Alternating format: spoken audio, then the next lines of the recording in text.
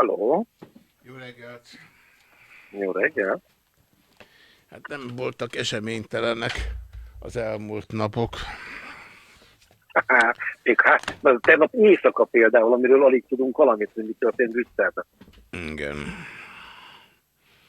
Hát nem árt, hogyha az ember most Magyarországon, vagy turistaként Európában mindenre fel van készülve, és annak az ellenkezőjére, ami persze pontosan egyel több annál, mint ami lehetséges, hiszen hogyha az ember mindenre fel van készülve, akkor annak az ellenkezőjére valószínűleg már nincs szükség. Újhely István van benne a vonalban, az ő Jó reggel. fényképét látják, és majd, hogyha lesz kedved, akkor ősztől szívesen vagy látva személyesen is itt. Azt kérdezem tőled, hogy ez a fehér orosz történet, ez mégis micsoda? Egyszerűen elképesztő. Ugye gondold el, hogy Európai Uniós fenségjelzés alatt repülőgép két uniós tagállam között uniós állampolgárokkal többnyire, és egy diktátor katonai erővel földre kényszeríti hazugsággal. Ez egy állami terror, ami... Ugye földre kényszeríti a fedélzeten lévő egy vagy több személy okán. Az is egy nagy probléma, hogy ez megtörténhetett, és az is, hogy miért. Mert nem valós terror helyzet miatt, hanem egy hazugság miatt a politikai ellenfele, egyik legkomolyabb politikai ellenzéki szervező műhely vezetőjét akarták elkapni, és el is kapták. Na most ezt az Európai Unió nem engedheti meg. Gondolod, hogy ez az Amerikai Egyesült Államokon belül történik. Hát Figyelj István, én ezt nem akarom semmivel se összehasonlítani. Én maradok itt, és azt gondolom, hogy ebben jobb nem belegondolni. Igen, mert bármikor bármi megtörténhet, azért ne feledjük el hozzátéve azt a holland családot, akik ugye meg Ukrajna fölött vesztették el, talán egy Donyeckből induló légvédelmi ágyú következtében a hozzátartozóját, ami szintén egy egészen elképesztő történet volt, és aminek semmi köze nem volt a fedélzeten közlekedőkhöz. Itt most ez egy másik eset, de a légi közlekedésnek olyan veszélyére hívja fel a figyelmet, ami a légi közlekedéssel elvileg nem kéne, hogy összefüggésben legyen. Hollandiában a mai napig az általános elfogadott nézet, hogy Putyinnak és az orosz hatalomnak köze van annak a gépnek a lelövéséhez, katasztrófájához.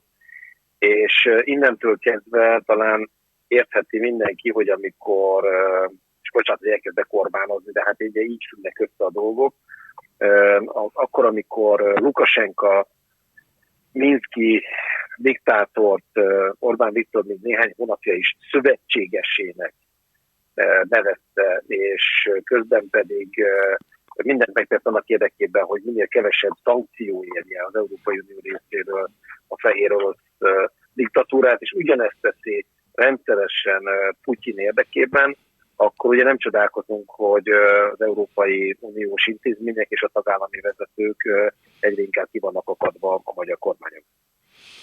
Inkább az a kérdés, hogy a hazai lakosság ehhez hogyan viszonyul, hiszen ezt nem nyugati kormányok politikájának tükrében kellene vizsgálni, hanem a tekintetben, hogy az emberek igazságérzete mit súg, és az emberek igazságérzetét azért talán a pártpolitika teljesen nem bolondította meg, függetlenül attól, hogy sokszor furcsa megnyilvánulásokat lehet tapasztalni. Kérdés, hogy mennyi információ jut el hozzájuk. Természetesen ennek is van jelentősége. Nyilván a holland közszolgálati médiarendszer és a teljesen mindegy, hogy ideológiai vagy pártlogika alapján milyen gondolkodású szerkesztőségek közmegegyezése, hogy ilyen hatalmakkal nem tarthat fenn baráti szövetségesi viszony a holland kormányzat. Ugyanez igaz vajon a magyar média teljes spektrumára? Nem tudom, én azt kérdezem tőled, hogy maga az Unió vajon ezügyben milyen döntést fog hozni, miközben Magyarország is csatlakozott azokhoz, akik elítélték ezt a cselekményt. Nem szólalt meg a magyar miniszterelnök, tegyük hozzá, minden más miniszterelnök megszólalt, a magyar külügy igen. nagy nehezen egy közleményt adott ki tegnap estére. Erről beszél. Amikor, tehát, hogy a magyar, tehát a személyesen azok a vezetőink, akik egyébként fejsimogatásra mind bejártak az elmúlt időszakban, ők nem szólaltak meg. A tegnap éjszaka, és friss hírt mondjak, ugye tegnap éjszaka, és most is zajlik az Európai Tanácsülés, ahol a miniszterelnökök, kormányfők értekeznek, és ezen a tanácsülésen elfogadott egy közös döntéssort a tanács. Ebből nem mert kimaradni Orbán Viktor. Én is kíváncsian vártam, hogy mi lesz, de nem mert kimaradni. Itt azért kőkemény intézkedések, szankciók, döntések születtek a belarus hatalommal szemben. Mint például? Vannak technikai dolgok, a repülésbiztonság, a közlekedésbiztonság kapcsán, mondjuk például, hogy nem repülnek mostantól EU-s gépek Fehér Oroszországba, és hogy nem fogad fehér orosz gépeket Európa, de itt keményebb azok a gazdasági szankciók és az egyes belarusz állami vezetők bankszámláinak, európai bankszámláinak befagyasztása, érdekeltségeinek befagyasztása. Tehát azt, amit meg tud tenni diplomáciai vagy egyéb szankciók mentén az Európai Unió, arról tegnap éjszaka döntés született. Nyilván minden részletet én sem ismerek még, csak amivel hajnali nemzetközi lapszemlékben benne volt. Anélkül, hogy magunkra akarnánk haragítani Putyint, vajon ami ott történt, abban tevőlegesen, hallgatólagosan benne van Oroszország? Olyannyira benne van, hogy Putyin, nem tudom, emlékszel-e arra a fotóra, amikor a belarusz tüntetések zajlottak, és egyre inkább elveszítette a kontrollt a saját állami gépezete felett Lukasenka, és gyorsan Moszkvába látogatott, ahol a gazdia, a nagyfőnök azt mondta, megsimogatva a arcát, hogy majd én megvédelek, és ezt ki is hirdették Oroszországban, hogy Putyin döntött, Lukasenka maradhat. Nincs ma Lukasenka hatalom és mozgás semmilyen putyiné vagy moszkvai engedélynek. Báb. És ugye az a problémám, hogy mint ránk sok tekintetben, Európa sok országában úgy tekintenek, mint ugyanezt a putyini hatalmi játszmának a Európán belüli kiszolgálóivá. És ez óriási veszteség, de hogy akkor egy anyagi szempontból jobban érezhető dolgot mondjak, azért az hogy van, hogy mi Moszkvától fölvettük a közel 4%-os kamatozású paksi több ezer milliárdos hitelt, de az Európai Unió 0,5%-os nagyságrendű kamata mellett, nem az unió kamata mellett, hanem a piaci kamat mellett pedig nem elutasítottuk az Európai Uniós közös újjáépítési hitelt. Akkor mindenki gondoljon bele, hogy mitől függünk és miért. Vajon ezekre a döntésekre egyszer fény derülhet úgy, hogy maga, aki kötötte, vagy aki köttette, ez ügyben megnyilvánul, hiszen tegnap Csikán Attila az Egyenes Beszédben arról beszélt, hogy Magyarország már régóta próbálja kivonni magát az Európai Unió logikája alól, és ennek következtében Japánból, Dél-Koreából vesz fel hiteleket. Az, hogy mit vesz igénybe, és mit nem az Uniótól, ez nem egy tegnapi döntés függvénye. Orbán minden mozgása arra épül, és ezért kell a saját, hogy is mondták, hogy nemzeti nagytőkés rendszer felépítése, magyarán azért kell szétlopni az államkasszát, és oligarcháknak, Orbántól függő oligarcháknak, hűbéreseknek kiosztani, mert arra építenek, és arra az egyre tudnak számolni, hogy még évtizedekig hatalmon lesznek valamilyen módon. Jó, de azt kérdezem tőled, hogy a természet törvényeit ő se tudja áthágni, önmagában az a tény, hogy ennyi ideig hatalmon maradhatott, és a 2022-es választásoknál majd a nép eldöntő, hogy ez így maradhat-e vagy sem, az egyébként bármilyen vonatkozásban is számára, ha a pártja és a rászavazók számára jelente vissza, de ez egyfelől létkérdés, másfelől jelente visszaigazolást. Én ezt most nem értettem, hogy mi a visszaigazolás. Hát, hogy ez ennyi ideig fenntartható volt? Ja, hát nézd, Lukasenka is elég régóta van hatalmon, még régebb óta, mint Orbán, és Putyin is hol elnökként, hol miniszterelnökként variálja át az alkotmányt Oroszországban.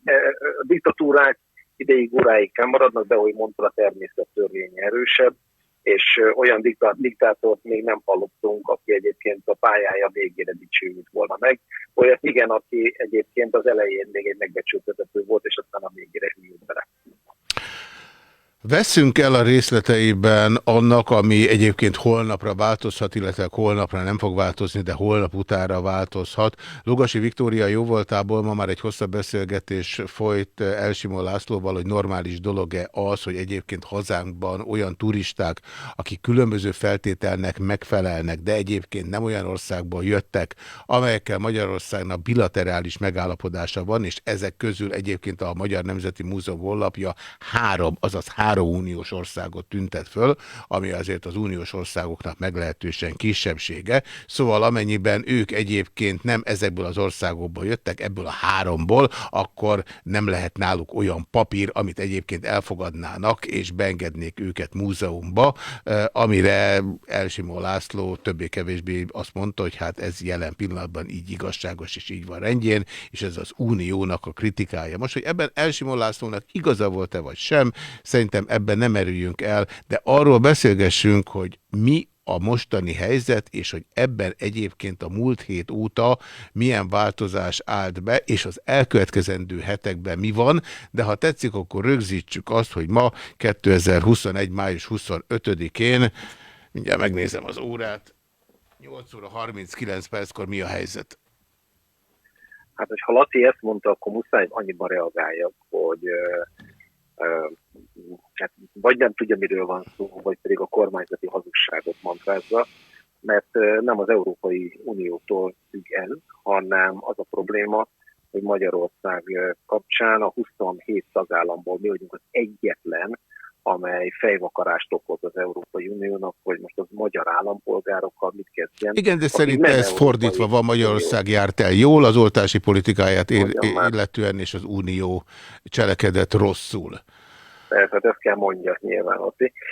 Visszatérve a kérdésedre, 26-án, vagy ha már ennyire dátumokat tudunk, 26-án szerdán tárgyalja meg holnap már szerda van, igen, ez a pünkös hétfőn megzavart, tehát holnap megtárgyalja az illetékes szakbizottság az Európai Parlamentben, és szavaz is a mostani megállapodásra, amit mindjárt elmondok, hogy micsoda. Azt követően a június 7-i héten a teljes Európai Parlament plenárisra dönt a jogszabályról, és azt követő napokon belül, tehát június második hetében a miniszterek és a tanácsülésen rá kell, hogy bólincsanak arra a szövegre, aminek a megállapodása, a kompromisszum a múlt héten tisztázódott. Ez magyarul 3 héten belül ez, ha nem is gránit szilárdságú, de közel gránit szilárdságú lesz. Hol tartunk most, illetve milyen változások lehetnek a tekintetben, hogy a gránit szilárdságú kőzetbe milyen szöveget vésnek? Július 1-től léphet életbe a jogszabály, az Európai Uniós jogszabály. Az is 5 hét. Az is 5 hét. A mi ambíciónk egyébként június 1 volt, de pont a tanács, a miniszterelnökök, a kormányok ezt az időt elhúzták sajnos. De az a lényeg, hogy július 1-től léphet életbe.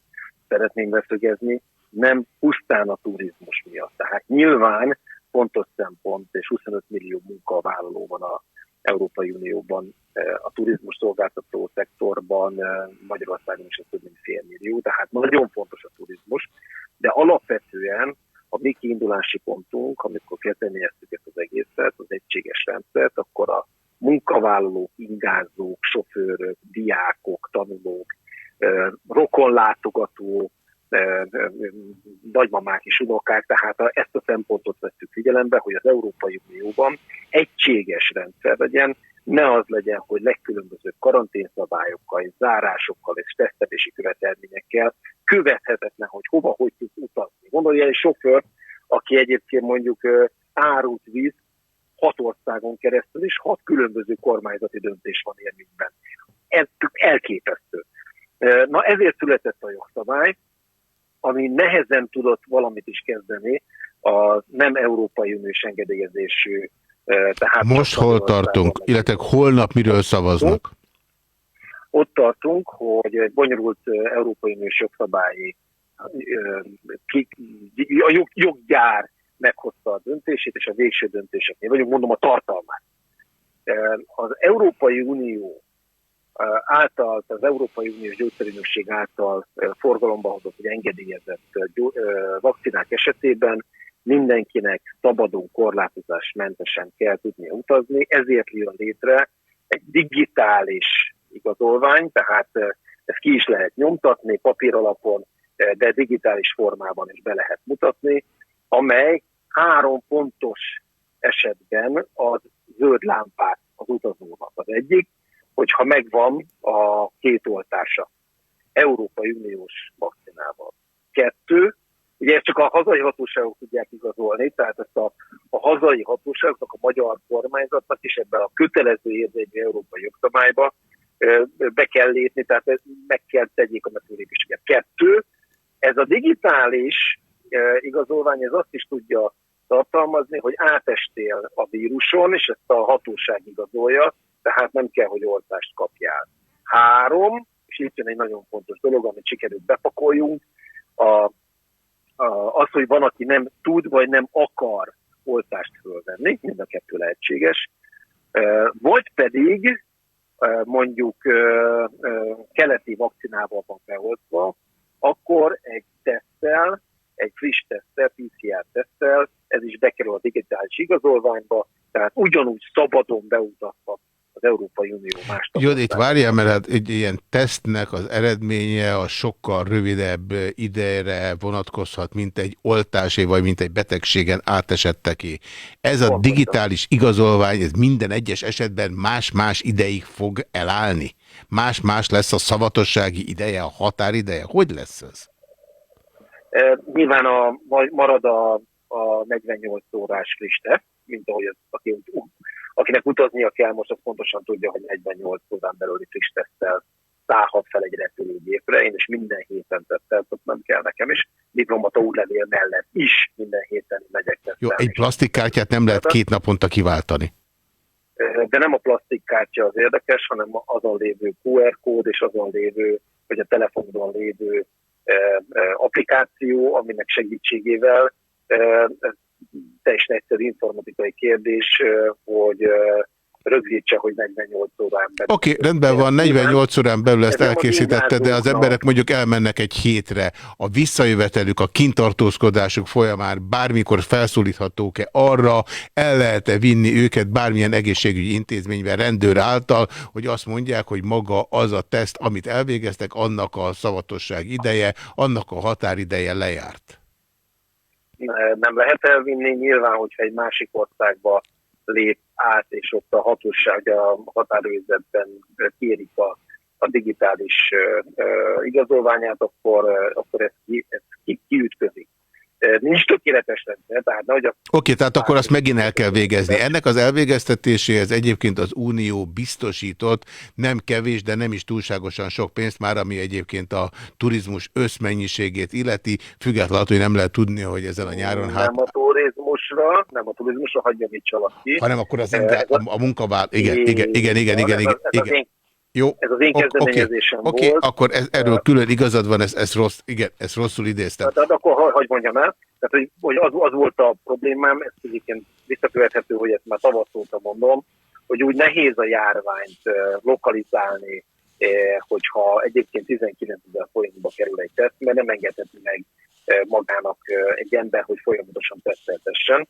Ezért, ha már nem fogadták el azt a javaslatunkat, hogy a kínai és az orosz vakcinával átoltottak is kerüljenek be a teljes szabad mozgás lehetőségébe, akkor biztosítsunk a munkavállaló, indázó, tanuló körnek ingyenes vagy rendkívül utányos tesztet. Erre 100 millió eurót sikerült a végén első körben bepakolni, azért 35 milliárd forint, amiből a magyar állam igényelhet x milliárd forintot, amiből azért elég nagy mennyiségű teszt elkészíthető. Azt ugye tudod, hogy hogy sok országban most is folyamatos ingyenes tesztelési lehetőség van, tehát nem úgy működik, mint nálunk, hogy bármit akarsz, akkor 19 000 forint, egy családnál toroz meg akárhányal. Jó, de de van, ebben tévedtem, tehát a munkavállalók és ingázók, de azt kérdezem tőled, a diákok, hogy hogy ezt a tesztet, ezt hol végzik el, ezzel kapcsolatban a turista hogy fog tájékozódni? Vagy ezt majd a határon végzik el, ez minden határ erre fel lesz készülve, az kötve hiszem, hát akkor a határátlépés ez önmagában annyira megnehezül, de hogyan lesz ez megoldható? Ezt otthon kell meg, már hogy úgy otthon, nem a lakásodban, hanem ezt a kiinduló helyen. Én ezt értem, de hogyha valaki átmegy egy másik országba, akkor tisztáztuk, hogy újabb ilyen igazolás kell. Ezt az igazolást külföldön hol fogja beszerezni? Külföldön is rengeteg tesztelési lehetőség van, több mint nálunk itt Magyarországon. Azért nem akarok ennél leragadni, mert reményeink szerint ez lesz a kisebbség, akinek ezzel problémája adódik.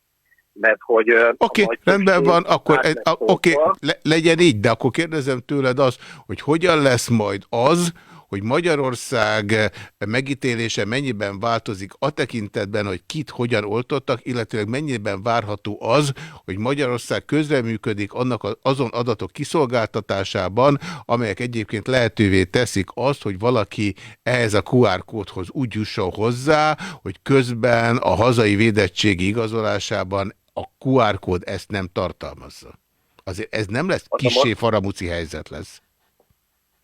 Ezt a magyar kormány jól elbaltázta, ezt már annak idején a szakbizottság... Jó, csak az a kérdés, hogy akarja-e vagy tudja visszabaltázni? Muszáj nekik megoldani, mert Európai Uniós kötelezettség lesz. Tehát meg kell... Van olyan, hogy kötelezettségszegési eljárás? Igen, csak ez most egy olyan kötelezettség lesz, amikor kivételesen az állampolgárok hirtelen és abban a pillanatban mindannyian szembesülnek azzal, hogy a kormány nem hajtja végre az ő érdekükben született uniós jogszabályt.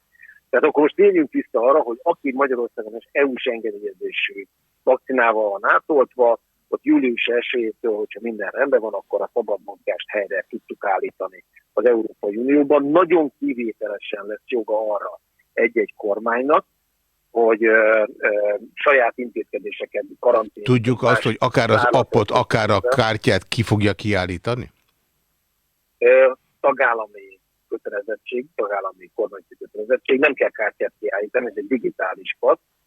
Annyi történik, hogy nyilván nem mindenkinek van feltétlenül okos telefonja, ezért nyomtatható formában is ki lehet nyomtatni, akár kinyomtatod, mint a repjegyedet is kinyomtatod. Jó, szeretném, ha tudnád, hogy a múlt héten pénteken nálam egy oltóorvos számolt arról be, hogy csütörtökön hogy rohanták meg azt az oltóállomást, ahol ő dolgozott, olyan beoltottak, akik úgy értesültek, hogy amennyiben egy ilyen papírral rendelkeznek, akkor kiengedik őket, amire egyébként Navracsics Tiborral 7:30-kor kezdődő beszélgetésnél meglehetősen szellemesen, bár a helyzethez képest, hát ezt most mindenki ítélje meg, ahogy gondolja, azt mondta, hogy hát majd lehetséges, hogy lesznek tagországok, amelyek azt fogják megkövetelni, hogy valakinél kovászos uborka legyen, de azért az, hogy különböző papírokkal felszerelkezve induljanak el magyarok nyaralni, mert egyébként úgy látják, hogy veszély fenyegeti az ő kiutazásukat, az maga az abszurdum.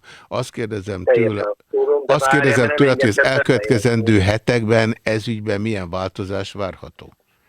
Nem engedte befejezni, tisztelt műsorban. Bocsánat. Pont azt mondtam, hogy ugye vannak, akik be vannak oltva be Európai Uniós vakcinával. Így. Vannak, akik nem akarják beoltani magukat, vagy nem tudják, azoknak is elmondtuk, hogy mi van. Na itt jön a probléma, a 27 tagállam egyetlen egy tagállamának az a sok százezer, pontosabban milliós nagyságrendű polgára, aki keleti vakcinával van beoltva. Ezért kezdeményeztem azt már januárban, hogy az orosz és a kínai fél kérje az EU-s engedélyt. De nem kérték, az oroszok nagyon lassan, nyögvenyelősen beadták a kérelmet, de ez még elég lassan halad. A kínaiak semmit nem nyújtottak be. Ezért hagytuk, nagy nehezen üdöttük ki azt a kiskaput, mert hogy a többi Európai Uniós tagállam megvonta a vállát. Oké, ez a bilaterális megállapodások felé vezető út, amely nagyon lassan halad. És ez a jogszabályból azt következik, hogy július 1-ig a magyar kormánynak meg kell tudni hozatni azt a döntést Ausztriától Németországig sok tagállammal, hogy ők ugyanolyan elfogadottságnak tekintsék a keleti vakcinákat. Na ezért van bizonytalanság. Ez mekkora reményt fűzöl? Elnézést. Ez Elnézést. Most figyelj. Mekkora reményt fűz Őhai István ahhoz, hogy ez július 1-ig bekövetkezik az összes uniós tagállamot illetően? Nem fog az összes uniós tagállamot illetőleg, de abban bízom, hogy a magyarok számára fontos olyan területek, és megint csak a munkavállalást mondom, és a tanulást, Németország, Ausztria, vagy a szomszédos országok, Szlovákia, csak példaként hoztam, ezek tekintetében megszületik a bilaterális megállapodás, ezért vagyok rohadt dühös arra. És meg lesz különböztetve a munkavállalás és a tanulás a turizmustól? Nem, nincs megkülönböztetés. Nincs megkülönböztetés. Itt jön az egyik része, ami nekünk fontos munkavállalás tanulás szempontjából, a másik része pedig a fogadó országoknak fontos, mert Horvátország, Olaszország, Szlovénia nyilvánvalóan érdekelt abban, hogy a magyar turisták tízezrei, százezrei, akiknek lehetőségük van. Jó, de most arról beszélgetünk, hogy sok lúd disznót győz, nem pedig arról beszélünk, hogy az elvek diadalmaskodnak. Az egy elv volt az Európai Unióban, amiben Orbán Viktor is egyetértett miniszterelnökként tavaly nyáron, hogy egységes, közös rendszer fogunk. Én ezt értem, de most két különböző dologról beszélünk. Arról beszélünk, hogy a magyar oltási helyzet az gyakorlati módon mond ellent annak, ami az Unióban elvi szinten van. A helyzet az, hogy Orbán Viktor győzelme lesz az, hogyha július 1-ig ezt a helyzetet a maga sajátos módján fel tudja morzsolni. Legyen így, de abban az esetben Újhelyi Istvánnak nem lesz mit a szemére vetni Orbán Viktornak, legfeljebb azt a pár hetet, ami kimaradt. Az a kérdés, hogy ez július 1-ére bekövetkezik-e? Azért nem igaz, amit mondasz, mert hogy egyébként szerintem a háttérben én többet küzdöttem a keleti oltóanyaggal beoltott honfitársainkért, azért, hogy megmaradjon a kiskapu, mint Orbán Viktor a karcsörgető háborús retorikájával. Nem hagyhatjuk a polgárainkat ilyen helyzetben, de az tény, hogy most elég béna helyzet, hogy nekem kell azért küzdjek, amit a kormányába adtátok. Oké, csak ne felejtsd el, hogyha ez nem fog sikerülni, akkor Orbán Viktor rád fog mutatni, és azt mondja, hogy ezt az újhelyi baltázt el, miközben ő egyedül meg tudta volna valósítani.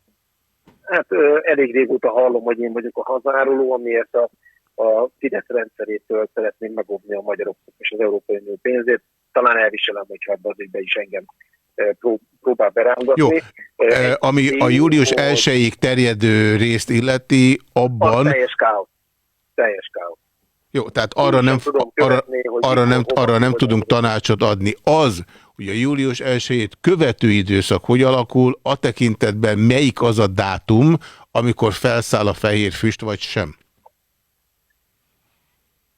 Szerintem a holnapi bizottsági ülés az nagyon fontos lesz, mert a parlament egy része elégedetlen a megállapodással, de hogyha a LIBE bizottság, mint hívják ezt a bizottságot, tehát cson nélkül átmegy, nincs módosítási lehetőség, ugyanis, tehát vagy igen, az Európai Parlament hozta ezt a szigorú politikai tartalmú döntést, mitől fogják majd megváltoztatni ezt pillanatok alatt, vagy hetek alatt? A józanét meg kell győzni. Pontosan tudjuk, hogy az Európai Uniós jogszabályok nem diktátumok alapján, hanem kompromisszumok alapján születnek. Ez is itt egy kompromisszum most. Csak mondom neked, hogy lehet, hogy te fogsz ezügyben sokat tenni, ez annak lesz a bizonyítéka, hogy Orbán Viktor nem csinálta rosszul. Nem annak a bizonyítéka lesz, hogy jól csinálta, de hogy nem csinálta rosszul. Nem látom be, hogy miért mondod. Mit nem csinált rosszul? Ugye az Európai Unió tagállamaiban teljesen egyértelmű a helyzet, kivéve nálunk.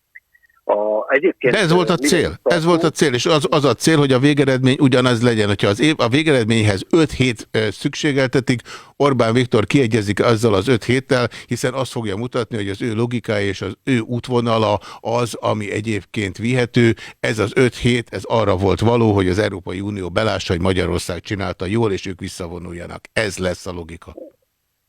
amit ők fognak mondani, az a saját logikájuk. Az igazság ettől általában eltér.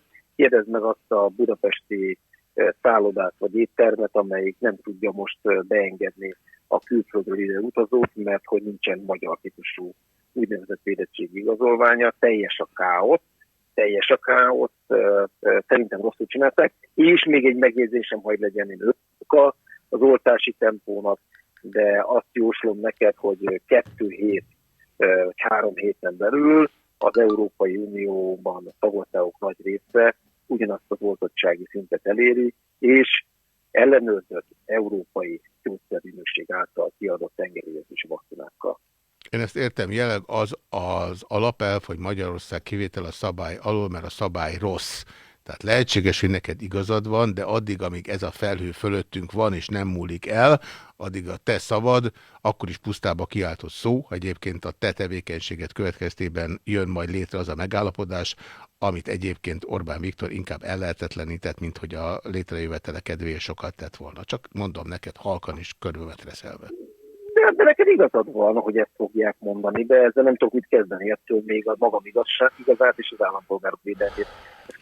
Igen, kicsi sok az igazság ebben az országban, de hát mit tegyünk, ez egy ilyen demokratikus hely, ahol igazságból is több van, egy és ugyanazon dologból. Nem állítanám, hogy békén leszel hagyva. Mit mondasz, mi a következő dátum nagyjából 2 hét múlva?